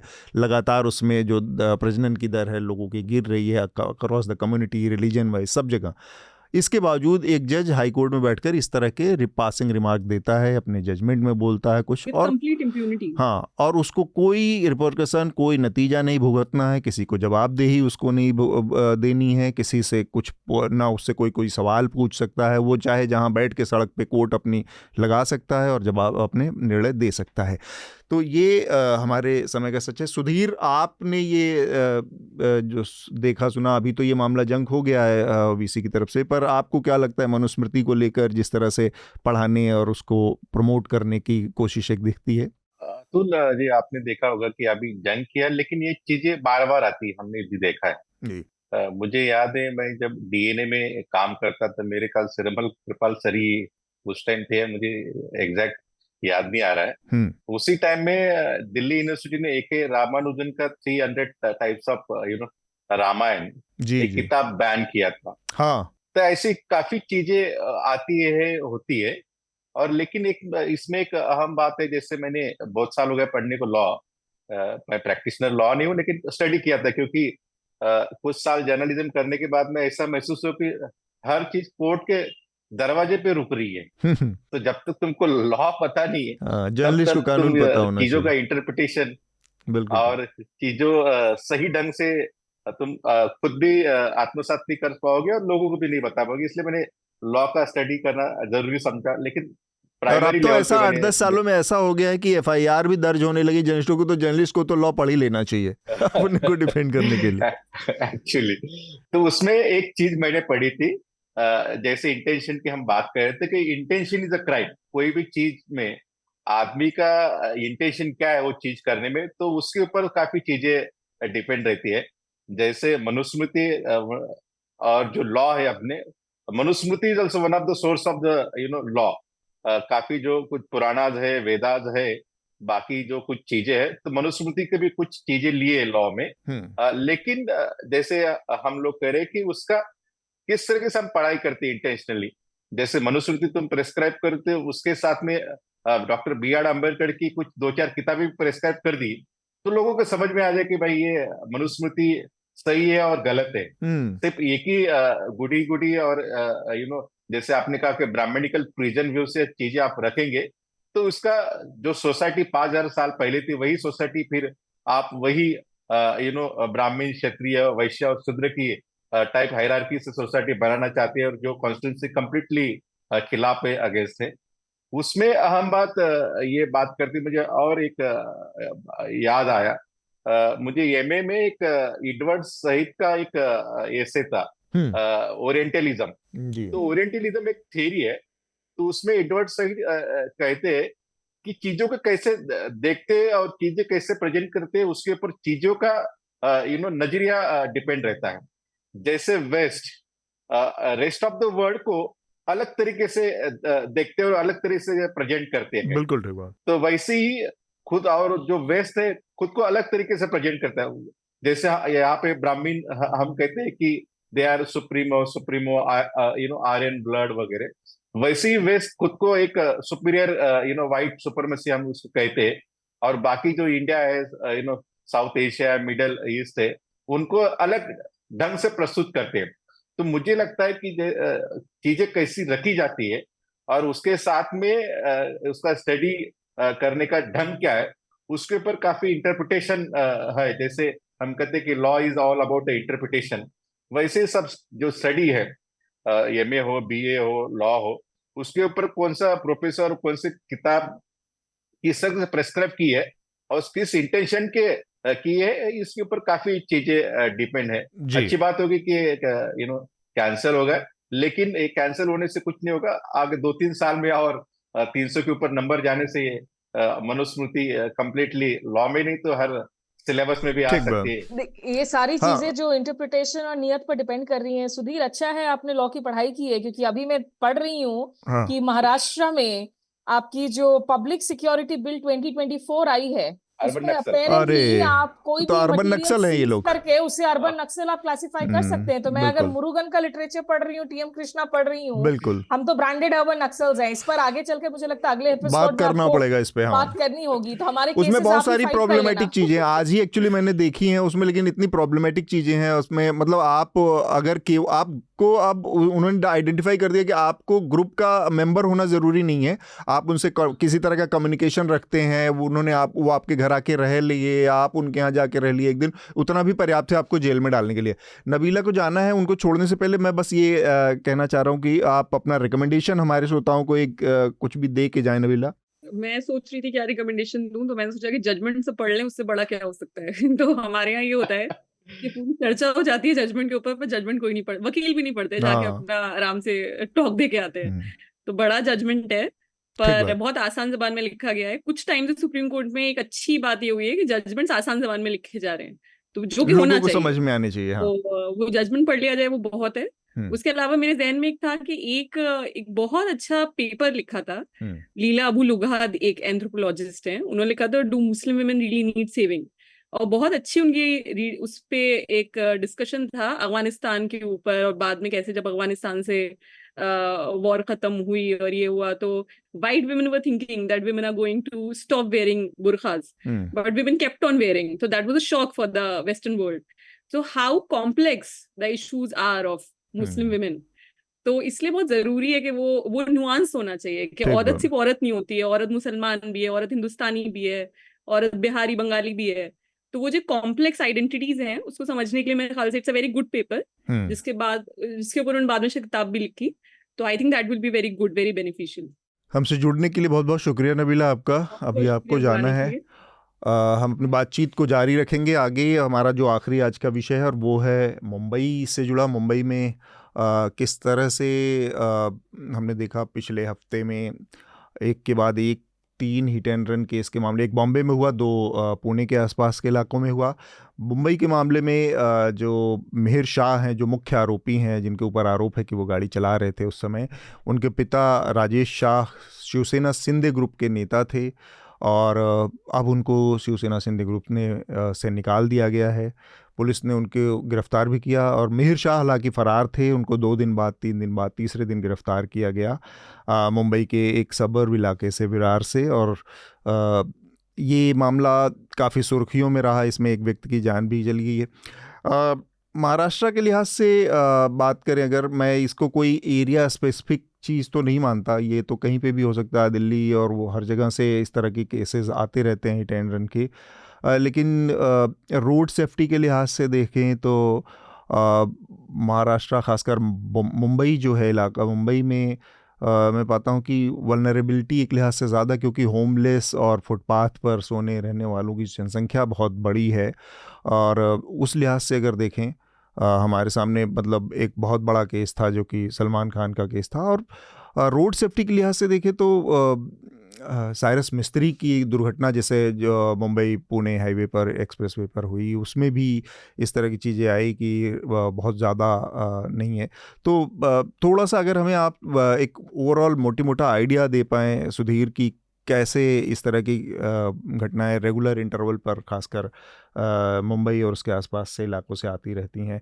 रोड इंफ्रास्ट्रक्चर की प्रॉब्लम है, लोगों के अवेयरनेस की प्रॉब्लम है, या कुछ और कोई और भी फैक्टर हैं? ये एक्चुअली ये बहुत बड़ा मसला है। सिर्फ ये रोड इंफ्रास्ट्रक्चर, रैश ड्राइविंग से मुझे नहीं लगता है, ये सब चीजें तो है, लेकिन उसके अलावा कल्चर का भी एक बड़ा मसला हो गया है। जो यूथ है उसमें दारू पी के गाड़ी चलाना एक फैशन सा हो गया है। तो काफी चीजें हैं घर में, किस तरह के संस्कार है। मैं नहीं कहूंगा कि ये चीजें बैन करनी चाहिए, ये नहीं करनी चाहिए, लेकिन कहाँ पे कैसा बर्ताव होना चाहिए। जैसे अभी महाराष्ट्र में पूजा खेड़कर का भी बहुत बड़ा मसला चल रहा है, जो जी जी। कंट्रोवर्शियल आईएएस ऑफिसर है, ट्रेनिंग में कि उन्होंने इतना चीज दिखा दिया तो वो आगे रहेगी तो क्या होगा।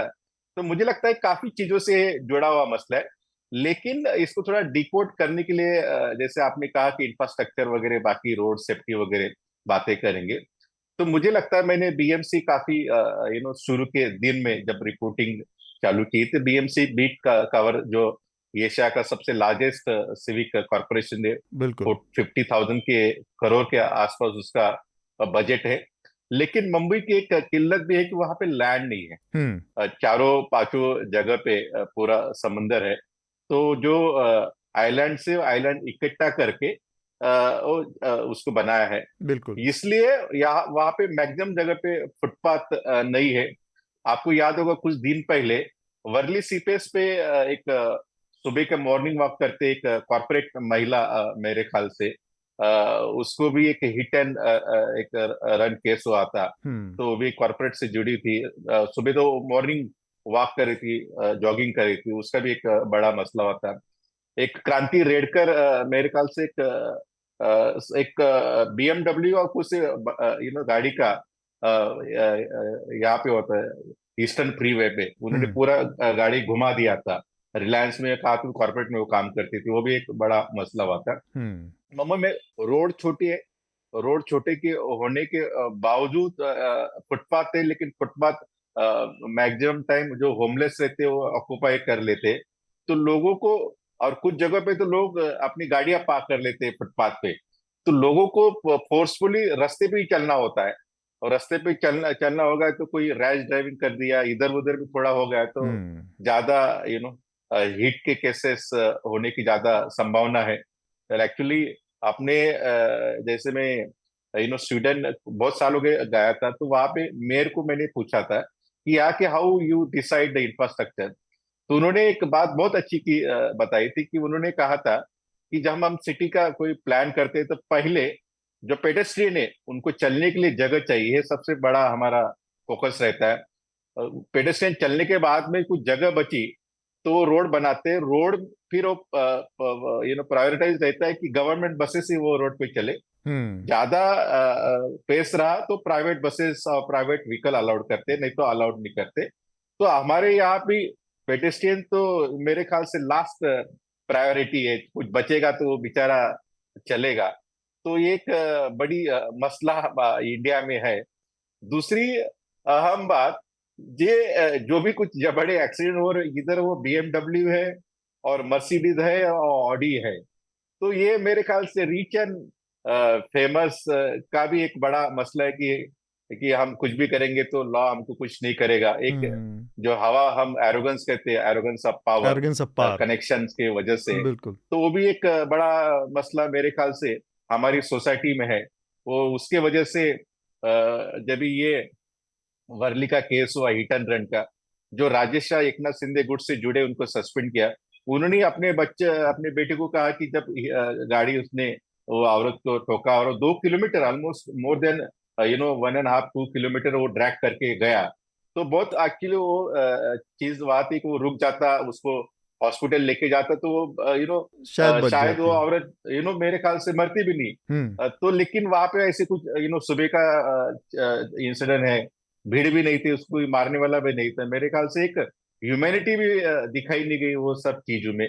तो वो भी एक मिसिंग पॉइंट है कि हम एक चीज और बताइए मुझे, इस मामले में जो बार बार होता है कि लोगों का जो भरोसा होता है बहुत कम हो जाता है फिर अथॉरिटीज से। जैसे इस मामले में जो कार्रवाई हुई, एक तो बहुत प्रेशर के ऊपर उनका वो लीडर था, जो भी कार्रवाई हुई जिस बार ओनर के ऊपर जहाँ से वो आ रहे थे, मेहर शाह, उसको, तो बार ओनर का मतलब मैं ये अकाउंटेबिलिटी फिक्स करने का या उसके ऊपर कार्रवाई करके उसका बार लाइसेंस ख़त्म करना और फिर उसके ऊपर बुलडोज़र चलाना, ये किस तरह की कार्रवाई है? ये मतलब एक तरह से थिएट्रिक्स की इंतहा है कि मैं अपने ऑफिस से जाते हुए कहीं किसी का एक्सीडेंट कर दूं और आपको दिखाने के लिए कुछ ना मिले, और चूँकि जिसने एक्सीडेंट किया वो बहुत बड़े बाप का लड़का है, बहुत बड़े पॉलिटिशियन का लड़का है, आप उसके ऊपर उस समय कुछ नहीं कर सकते, और लोगों के सेंटिमेंट को आपको वो करना है, तो दिखावेबाजी और हेडलाइन मैनेजमेंट के लिए आप आके मेरे ऑफिस पे कर दें। मतलब ऑफिस या उस बार ओनर का क्या रोल है उसमें?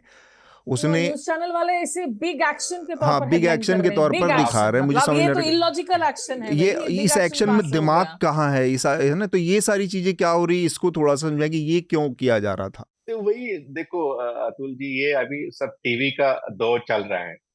तो पहले क्या रहता है, प्रिंट जर्नलिज्म में प्रॉपर एक्शन क्या हुई उसके ऊपर काफी चीजें लिखा करते हैं। लेकिन मीडिया, इलेक्ट्रॉनिक मीडिया और की वजह से विजुअल्स क्या आ रही है उसके ऊपर काफी चीजें हैं। तो विजुअल्स के लिए मेरे ख्याल से ये सब चीजें ये लोग करते हैं। लेकिन जख्म कहाँ पे और मलहम पट्टी कहाँ कर कर रहे हैं, ये भी इसमें बहुत बड़ी बात है।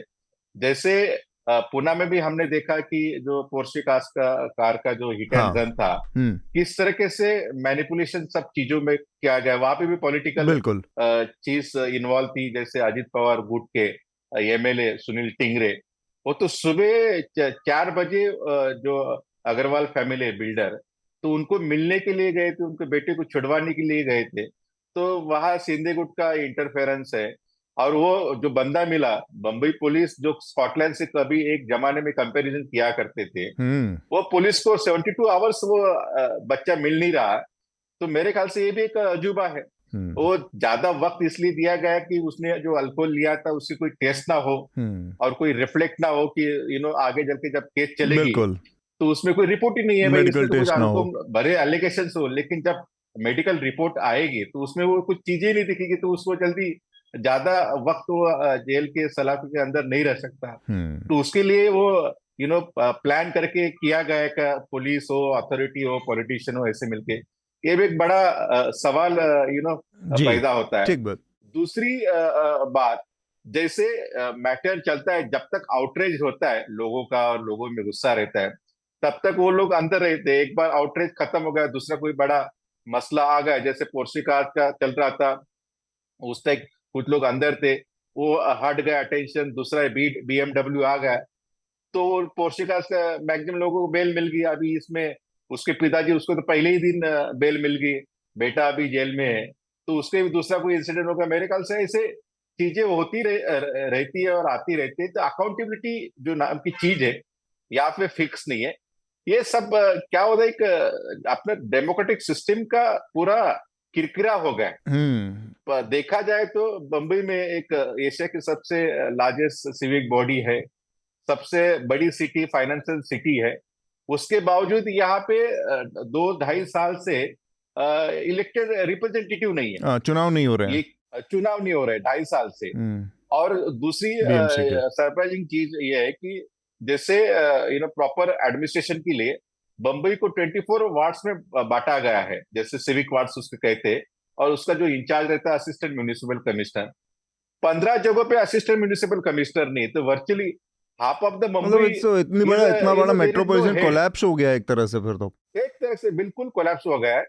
तो ये की चीज है कि पैसा लाओ, पैसा कमाओ और राज करो, बस। उसके आगे पीछे जो सिस्टम रहती थी इन अकाउंटेबिलिटी की, वो बिल्कुल नहीं है। अभी 4 IAS ऑफिसर है, एक कमिश्नर है, वही लोग देख रहे हैं। वो डायरेक्टली सीएम को रिपोर्ट करते कि क्योंकि बीएमसी जो है वो अर्बन डेवलपमेंट डिपार्टमेंट के अंदर आती है मिनिस्ट्री, और सीएम खुद के अंडर वो डिपार्टमेंट है। तो directly CM to all civic bodies. नहीं तो पहले कैसा था, कोई मसला हो गया लोकल पे तो कॉर्पोरेटर के पास जाते थे, पानी नहीं है, कचरा साफ नहीं हो रहा है। अभी कोई सिस्टम ही नहीं है। तो मेरे ख्याल से पूरा जो डेमोक्रेसी का थर्ड लेयर था, जैसे एमपीज है, एमएलएज है और लोकल बॉडीज रहती है, वो थर्ड लेयर ही गायब हो गया महाराष्ट्र में। तो मैं देख रहा हूँ यहाँ पे कोई सिस्टम ही नहीं है। मुझे बस एक डिफरेंस, जो मेरी एक ओपिनियन डिफरेंस है कि सिस्टम नहीं है, ये तो बिल्कुल क्लियर है। और एक पूरी मिसगवर्नेंस की स्थिति बनी हुई है। रोड, सड़क दुर्घटना और सड़क सेफ्टी का जहां तक मसला है, वो हमारे सारे बड़े शहरों में आज की तारीख में एक बहुत बड़ी चुनौती है। लेकिन ये जो अपने आप में जो वारदात है, मिहिर शाह का केस, अगर सिस्टम होता भी तो भी बावजूद उसके यही चीजें हो रही होती, क्योंकि ये सिंपली रिलेटेड है जो हमारी कानून में क्लास डिविजन। बिल्कुल। There is a separate law that exists for the rich and the powerful. In many cases, rich and the powerful के पास वो संसाधन है कि वो कानून के हर मिनी से मिनी लूपहोल को ड्रैग करे, खींचे। 72 घंटे तक आप एक लड़के को आप ट्रेस करना नहीं चाहते हैं, तभी आप कर नहीं पाते हैं। आप कहते हैं कि 15 मिनट के लिए उसके एक दोस्त का फोन ऑन होता है तो लोकेशन पिन मिलता करता है, फिर हम जाके उसे अरेस्ट करते हैं। लेकिन जब वो अपनी गर्लफ्रेंड को, आज की जो खबरें आई है, 50 दफा फोन करता है, गर्लफ्रेंड उसके परिवार वाले को फोन करती है, परिवार वाले उसे ले जाकर रिजॉर्ट में रखते हैं, और आज खबरों में आ रही है ये सुर्खियां कि ये लड़का कह रहा है कि मेरा तो पूरा करियर खत्म हो गया। So you know, even the media की सिंपैथी किधर लाई करती है, नहीं करती है। जो जॉर्ज ऑरवेल की लेजेंडरी जो एनिमल फार्म किताब की जो लाइन है, all animals are equal but some more equal than others. और एक जो कार्टून है मुंबई मेरी जान, जो स्ट्रिप है मंजुल जी का, वो हमारे बहुत शार्प कार्टूनिस्ट में शामिल हैं। मैं सिर्फ आपको डिस्क्राइब करती हूँ कि एक शख्स है जो चाबी और टोपी दे रहा है एक उस शख्स को जो ड्राइवर की नौकरी करने वाला है। उसमें वो एम्प्लॉयर जो है वो कहता है, here take it, this job is yours, do you want to ask anything. तो उसपे जो ड्राइवर है, जो एप्लीकेंट है, वो पूछता है, yes sir, are you associated with any political party, क्या किसी राजनीतिक दल के साथ आप जुड़े हुए हैं? दूसरा सवाल, do you have a son who loves to drink and drive, क्या आपका कोई लड़का है जो शराब पीकर गाड़ी चलाना पसंद करता है? और तीसरा सवाल, do you have enough money to manipulate the system, क्या आपके पास इतने पैसे हैं कि आप सिस्टम को मैनिपुलेट करें? तो वो सवाल पूछता रह जाता है, इतने में एम्प्लॉयर चला जाता है। तो ये है कड़वी हकीकत। Even if there is a government in place, इस तरह की वारदातें होती रहेंगी, बिकॉज रिच एंड पावरफुल के पास इनफ संसाधन है कि आप लॉ को मैनिपुलेट कर सकें। तो ये वाला थोड़ा सा जो किस्सा मैं ज्वाइन करता अतुल जी, इन्होंने जो बताया, कुछ दिन कुछ साल पहले मिड डे ने एक टेस्ट ड्राइव, मिरर में मैं था तो मिड डे भी एक हमारा कॉम्पिटिटर, तो उन्होंने अच्छा स्टोरी किया था जी। उन्होंने क्या किया है कि दो तीन, एक BMW मर्सिडीज ऐसे बड़ी गाड़ी ली, और दो तीन गाड़ी जैसे स्विफ्ट डिजायर और थोड़ा लो लेवल की 2-4-5 लाख की ऐसी गाड़ी ली, और अनर्थ जहाँ पे पार्किंग नहीं करना चाहिए ऐसी जगह पे छोड़ दी उन्होंने, सिटी में, साउथ बॉम्बे में।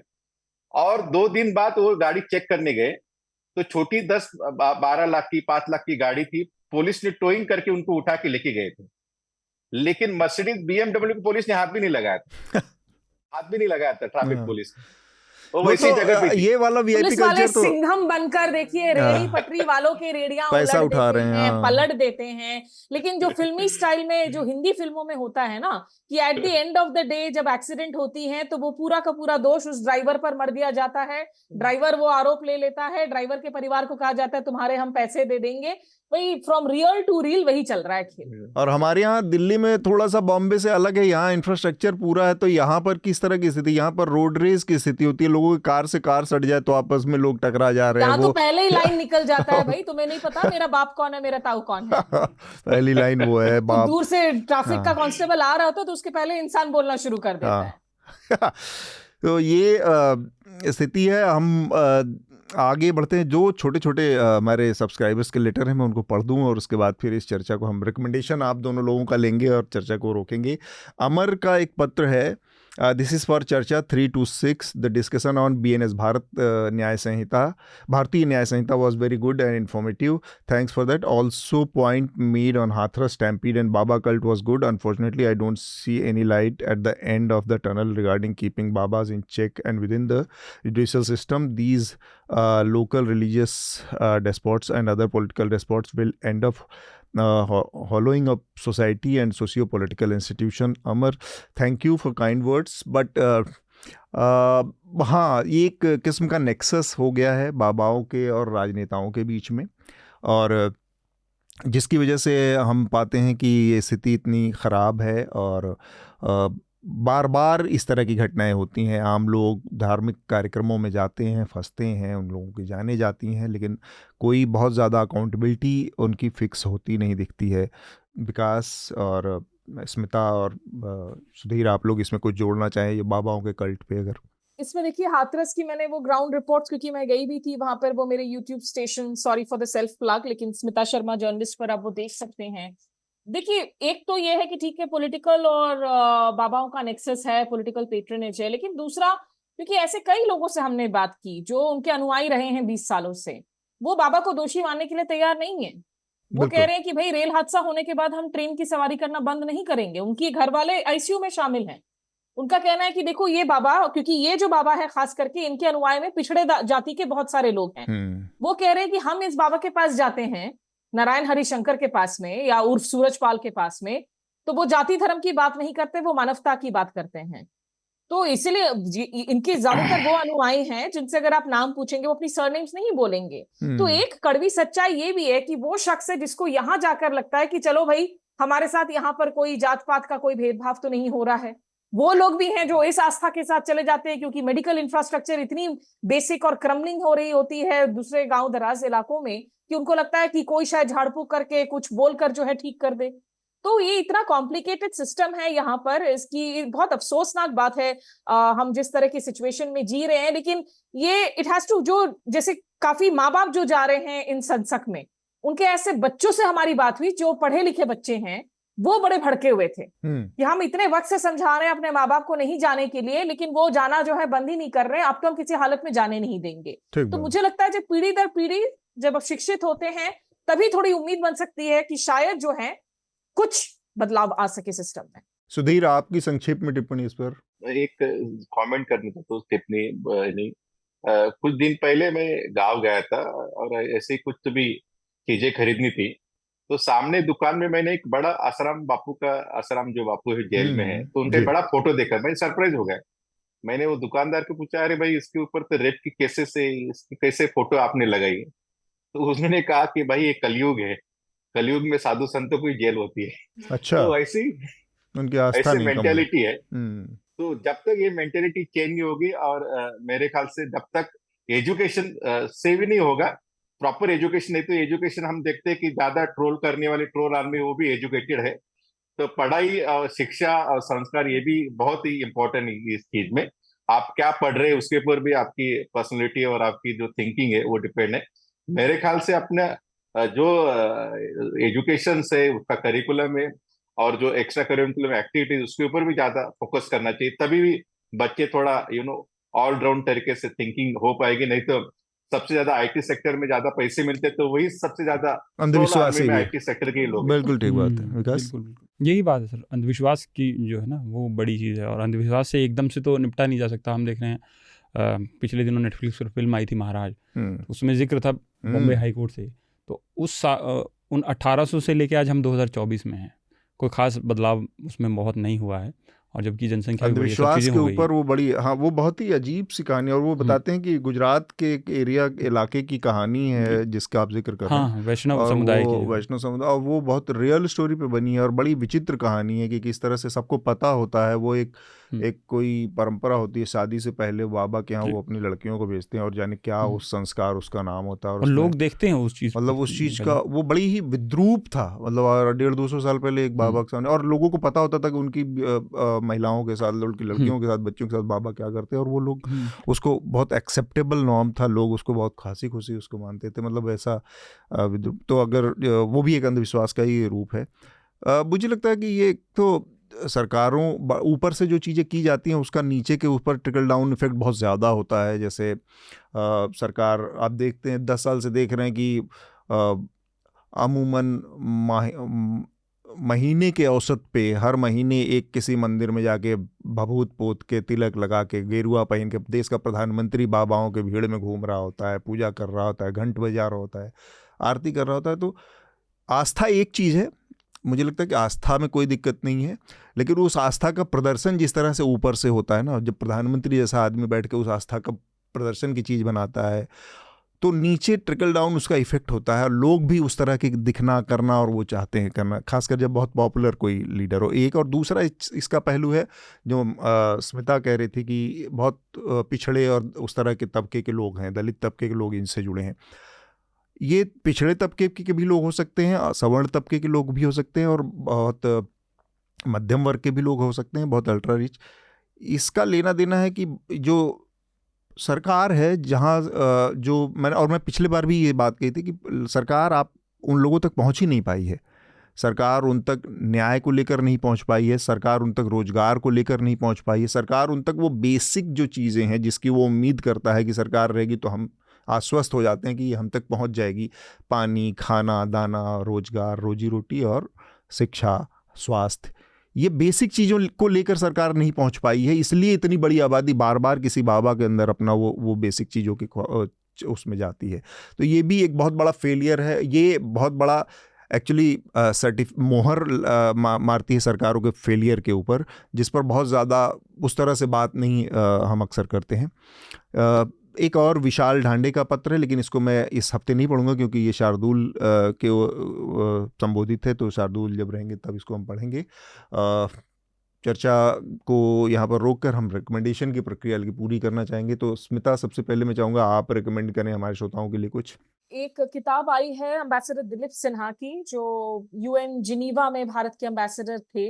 उनकी किताब है जो एक तरह से हिस्टोरिकली ट्रेस करती है कि तिब्बत में किस तरीके से ग्रेट गेम्स हुए, ब्रिटेन, रूस और चीन की वजह से कैसे तिब्बत एक कॉन्टेस्टेड लैंड बना, इंपीरियल गेम्स इन तिब्बत। और अगर आपके कोई दर्शक दिल्ली एनसीआर में हैं तो इसका आधिकारिक विमोचन है 16 तारीख को इंडिया इंटरनेशनल सेंटर में, आप लोग इसे अटेंड कर सकते हैं।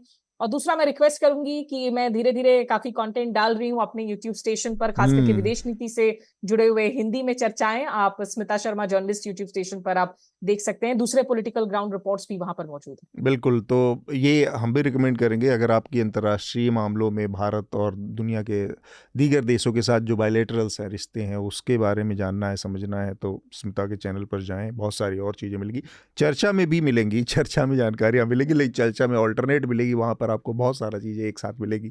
सुधीर, आप क्या रिकमेंड करेंगे? जैसे आपने शुरुआत ये मनुस्मृति और ये सब चीजों से की जी, तो उससे मुझे एक चीज रिकमेंड करना, मैंने पढ़ा भी 2 बार पढ़ा है वो किताब, डीएन झा का होली काउ। मेरे ख्याल से वो किताब पढ़ेंगे तो थोड़ा क्रिटिकल थिंकिंग क्या रहती है और किस तरीके से चीजें देखना चाहिए, वो एक मैं रिकमेंड करूंगा।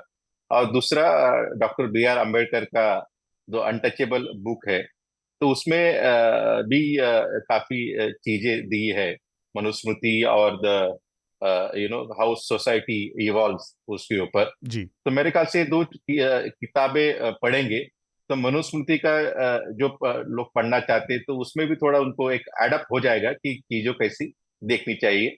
तो मैं ये 2 चीजें रिकमेंड करना चाहता हूँ। विकास, आप क्या रिकमेंड करेंगे? क्योंकि आज सर हमने कुछ कानून पर, न्याय पर और मनुस्मृति का भी उसमें जिक्र आया जी, तो उन सारी चीज़ों में बात की। एक मैंने पहले भी रिकमेंड किया था और फिर करता हूँ, ये धर्म क्षेत्र करके एक नाटक है, फिक्शनल ड्रामा सीरीज़ है, नेटफ्लिक्स पर है, एपिक चैनल पे भी आई थी। तो ये महाभारत के आफ्टरमैथ पे बेस है जी, कि कैसे युद्ध समाप्त हो गया है, अब जो कौरव और पांडव जो है सब स्वर्ग नरक जाएंगे, लेकिन इस आधार पर जाएंगे कि उन्होंने क्या क्या कर्म किए हैं। तो वो मुझे काफ़ी अच्छी लगी क्योंकि वो बहुत एनालिटिकल तरीके से लिखी गई है। ये वही है जिसमें ये एक द्वंद्व पैदा हो जाता है कि कौरवों को क्यों स्वर्ग भेजा जा रहा है। नहीं, ये मतलब अगर आप इसको देखें तो ये एक तरफा नहीं है किसी, मतलब इसमें हर कैरेक्टर का। हमारे लैंडलॉर्ड हैं जो लगभग 90 साल के होने चले हैं, वो दिन भर एक ही सीरियल देखते हैं, वो धर्म क्षेत्र है। तो मैं अगर कहीं ट्रैवल भी कर रही होती हूँ, अंकल को अगर टीवी में दिक्कत आ जाए तो बड़ी प्रॉब्लम हो जाती है कि वो धर्म क्षेत्र नहीं देख पा रहे होते हैं। ठीक बात है। पर ये है कि अगर महाभारत देखें और धर्म क्षेत्र देखें तो आपको दो अलग पर्सपेक्टिव देखने को मिलेंगे। तो ये अलग है, मतलब उस तरीके से धार्मिक नहीं। मेरा रिकमेंडेशन, एक तो अभी आपने जो नेटफ्लिक्स की सीरीज बताई महाराज, वो देखिए आप लोग। थोड़ा सा अंधविश्वास से किस तरह से मुक्त हो सकते हैं, उसमें एक कैरेक्टर है जो मेन प्रोटैगनिस्ट है, उस कैरेक्टर को देखकर आपको बहुत आइडिया लगेगा कि किस तरह से क्रिटिकल थिंकिंग होनी चाहिए आपकी। और इसके अलावा एक और रिकमेंडेशन है, आजकल मैं एक किताब पढ़ रहा हूँ कर्पूरी ठाकुर के ऊपर, जो इंडियन एक्सप्रेस अखबार के सीनियर एसोसिएट एडिटर हैं संतोष सिंह, उन्होंने लिखी है। और उनकी किताब बहुत जल्दी आपको न्यूज़ लॉन्ड्री पर उनका एक इंटरव्यू भी मैं करने वाला हूँ। तो हम आज बहुत सारी बातों में कहीं ना कहीं जो अंधविश्वास, क्रिटिकल थिंकिंग, बेसिक जो स्टेट की जिम्मेदारियां हैं, उन चीज़ों की तरफ जब देखते हैं तो कर्पूरी ठाकुर को भी उस नज़रिए से देखा जाता है। ही इज़ द पॉइनियर जिन्होंने आरक्षण के क्षेत्र में, मतलब कहें इस देश में जो कॉन्स्टिट्यूशनली दलितों को मिला आरक्षण था, उसके इतर जो ओबीसी जातियां थी, ओबीसी में एक्सट्रीम बैकवर्ड कास्ट थी, जो महिलाएं जो थी, और सवर्ण जातियों में भी जो ईडब्ल्यूएस का कॉन्सेप्ट आया है, उनको भी, इन सब को आरक्षण और इन तमाम चीज़ों को के दायरे में लाने का काम, मुफ्त एजुकेशन का, ही वॉज द पॉइनियर कि स्टेट कैसे फ्री शिक्षा देना चाहिए, स्टेट की जिम्मेदारी है। अंग्रेजी विषय में फेल लोगों को भी पास करने की जिम्मेदारी की 10वीं में अगर जो बोर्ड के एग्ज़ाम में अगर वो फेल भी हो जाता है 8वीं में, तो वो आगे की पढ़ाई जारी रख सकता है। इसलिए नहीं केवल कि अंग्रेज़ी भाषा में फेल हो गया तो बहुत सारे बच्चे छट जाते थे। ये सारी चीज़ें एक आदमी ने शुरू की थी और इसका बहुत एक दूरगामी असर पड़ा बहुत सारे ऐसे बच्चों के ऊपर जो कि बहुत हाशिए पर थे, बहुत पिछड़े हुए, बहुत आर्थिक रूप से और सामाजिक रूप से बहुत निचले पायदान पे थे, उनको ऊपर बढ़ाने में मदद मिली। तो वो किताब है कर्पूरी ठाकुर पर, उस किताब को मैं रिकमेंड करूँगा। और इसके साथ ही हम आज की जो चर्चा है उसको यहाँ पर रोकेंगे। हमारे साथ जुड़ने के लिए नबीला, सुधीर, स्मिता, विकास, आप सब लोगों का बहुत बहुत शुक्रिया। Thank you, always a pleasure. Thank you.